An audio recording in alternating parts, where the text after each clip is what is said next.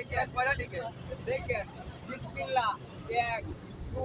3 এই যে আপনার গণা হইলো সাইডে দেখেন কেন আবার বুঝবেন না বিসমিল্লাহ 1 2 3 4 এইভাবে জিজ্ঞাসা করেন দোয়া কই আরেক দোয়া কই 2 3